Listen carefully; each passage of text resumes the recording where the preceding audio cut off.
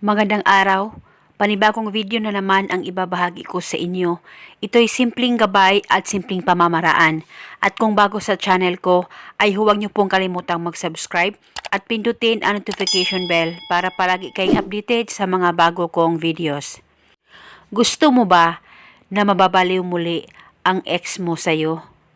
Yung manumbalik ang pagmamahal niya sa'yo dahil hindi niya talaga kakayanin o hindi niya makakaya na ikaw ay tuluyang mawalay sa kanya.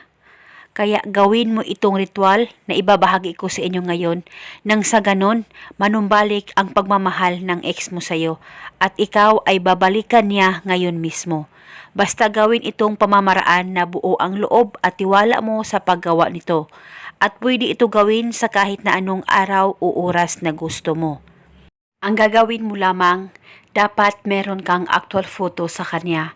Kung wala naman kayong actual photo niya at meron kayong larawan niya dyan sa cellphone mo, ay maghanap ka ng paraan para ma-print mo ito. At pagkatapos, sulatan mo ng 3 beses ang likod ng kanyang larawan ng pangalan at apelido niya. At pagkatapos nito, kumuha ka ng bote ng mineral ang gagamitin o bote ng soft drinks kung meron ka. At pagkatapos, i-roll nyo po ang larawan niya at ilagay o isilid ito sa bote na inihanda mo.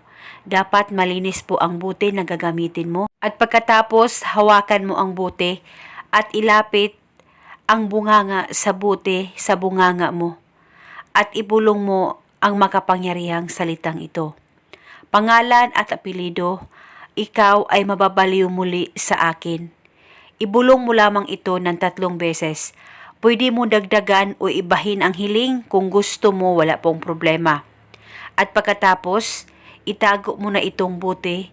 Pwede ito ilagay sa damitan mo, basta itago ito na wala pong makakakita at makakaalam. At dapat bulungan mo ito araw-araw, 1 beses sa 1 araw, sa kahit na anong oras na gusto mo.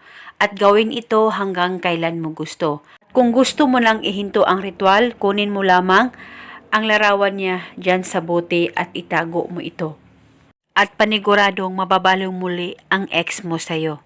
At ito muna sa ngayon, maraming salamat po sa panonood. May God bless us all.